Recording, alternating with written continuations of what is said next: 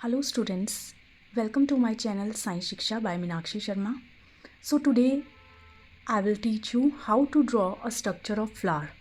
It's very simple and easy. So let us start. So first of all we will draw a stalk. Okay. इसके बाद आपने क्या बनानी है, सबसे आउटर मोस्ट वर्ल होती है फ्लावर की, जो आपको ग्रीन कलर की लीव्स दिखाई देती हैं फ्लावर में नीचे, आपको इस तरह से ये ड्रॉ कर लेनी है. राइट.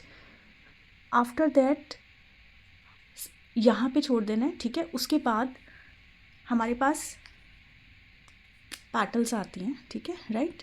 उसके बाद आपको पैटल्स ड्रॉ करनी है. ये कलरफुल पार्ट है फ्लावर का, आपने सेंटर वाला पार्ट छोड़ देना है. इस तरह से 2-3 पैटल्स ड्रॉ करनी है एंड दीज आर कलर्ड. सो मैं साथ में लेबल भी कर देती हूँ. लुक हियर, जो ये पार्ट मैंने बताया ना, ये हमेशा ग्रीन ही होता है, बट ओकेजनली किसी किसी फ्लावर में ये कलर्ड हो सकता है, बट और इट्स इज़ ऑलवेज ग्रीन. सो मैंने इसको ग्रीन दिखा दिया है. This is non essential part और इसको सेपल्स कहते हैं. पहले आप देख लीजिए, इसको मैं लिख देती हूँ. This is called as sepals. सबसे फर्स्ट पार्ट यही है. इसमें कुछ और इम्पॉर्टेंट चीज़ें भी आपको याद करनी होगी. सेपल्स. ठीक है. और जो ग्रुप ऑफ सेपल्स होता है, इन्हीं का अगर हम ग्रुप बोलें तो that is known as calyx. Calyx is the group of sepals. Right. तो आपको ये करना है. और एक कौन सी वर्ल होती है? Outer most whorl. Outer most. Right. Outer most whorl. WHORL. ठीक है. तो ये आपने इसके बारे में पॉइंट्स लर्न करने हैं. सबसे बाहर आपके पास क्या प्रेजेंट है? Sepals. Group of sepals is called as calyx and this is the outer most whorl. मतलब सबसे बाहर वाली जो लेयर है वो हमारी सेपल्स की होती है. एक और पॉइंट लर्न करना है इसके बारे में कि ये नॉन एसेंशियल पार्ट होता है. मतलब सिर्फ ये प्रोटेक्शन प्रोवाइड करेगा एक फ्लावर को, अदरवाइज इसका और कोई रोल नहीं है. सो नेक्स्ट, अभी हमने जो कलर्ड पार्ट बनाया है, this is called as petals. जिस तरह से सेपल्स के ग्रुप को कैलिक्स कहते हैं, ये सेकंड वर्ल हो गई. ठीक है. और इसके ग्रुप को हम क्या कहते हैं? कोरोला कहते हैं. Right. Group of petals is called as corolla. Petals जो होती हैं ये कलरफुल होती हैं और इनका भी रिप्रोडक्शन में तो कोई रोल नहीं है. That is why they are also known as the non essential part of a flower. But ये ब्राइट होती हैं, दैट्स वाई ये अट्रैक्ट करती हैं बर्ड्स को, इंसेक्ट्स को for the pollination process. Pollination अगर आपको नहीं मालूम है तो वो नेक्स्ट वीडियो में मैं बताऊंगी. सो आपको सिर्फ इतना लर्न करना है अभी. फर्स्ट पार्ट आपका क्या है? सेपल्स हैं. उसके अंदर क्या प्रेजेंट होती हैं? फिर पैटल्स प्रेजेंट होती हैं. अब हम थर्ड पार्ट पे आते हैं. That is the mail reproductive organ. जो मेल रिप्रोडक्टिव ऑर्गन होता है, इसमें एक नहीं होगा, इसमें काफ़ी सारे हो सकते हैं. ठीक है. सो उसको हम क्या कहते हैं? That is called as stamen. सो अब मैं स्टेमेन ड्रॉ कर रही हूँ. इसमें आप नंबर ऑफ स्टेमेंस ड्रॉ कर सकते हो. This is called as a stamen. ठीक है. एक मैं यहाँ पे ड्रॉ कर देती हूँ, 2 स्टेमेन ड्रॉ कर देती हूँ अभी.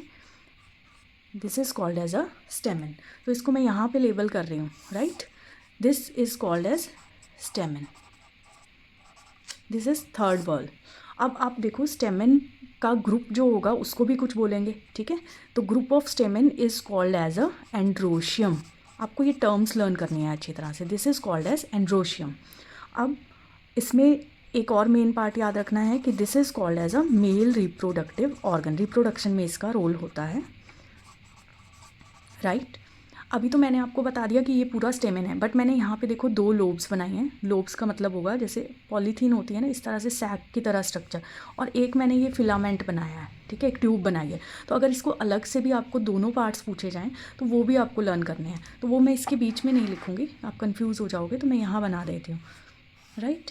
ये तो इसमें जो ये वाला पार्ट होता है ना स्टेमेन का, इसको हम एंथर कहते हैं. एंथर. ANTHER. ओके. और इस वाले पार्ट को हम क्या कहते हैं? फिलामेंट कहते हैं.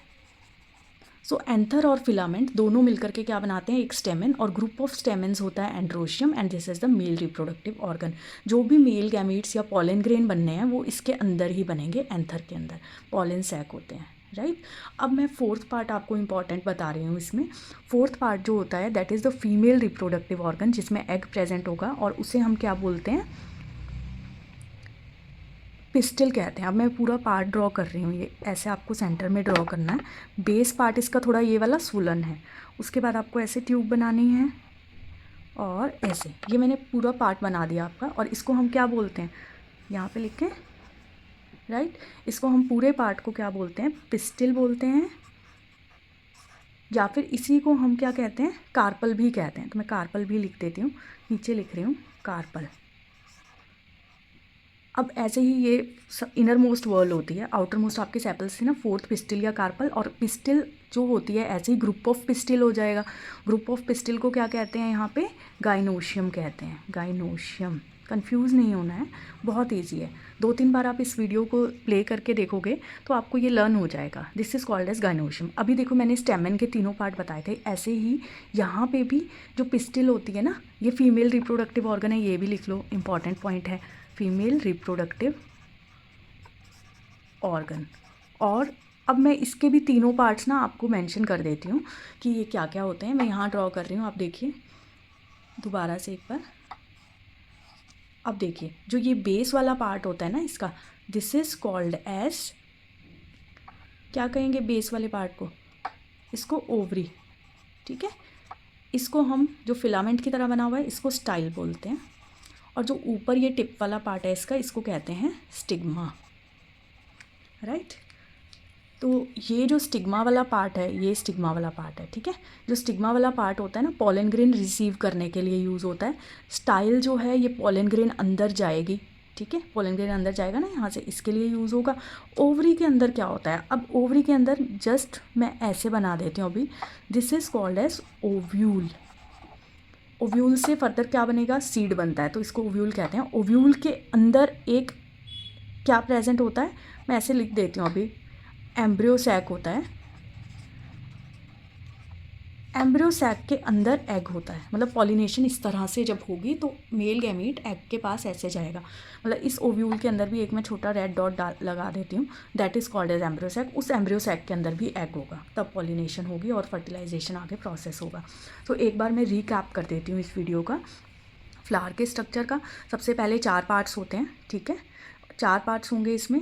सबसे आउटर मोस्ट सेपल्स हैं, उसके बाद पेटल्स होती हैं, उसके बाद और अंदर जाएंगे तो एंड्रोशियम या स्टेमन बोलो, स्टेमन के अंदर जाएंगे तो पिस्टल होती है, राइट। और उसके बाद आप एक बार इसको रीप्ले करके वीडियो को दोबारा देखिएगा तो यू विल अंडरस्टैंड कि स्ट्रक्चर ऑफ फ्लावर क्या होता है और सभी पार्ट्स का क्या फंक्शन होता है। If you like my video please share this video and also subscribe my channel. Thank you.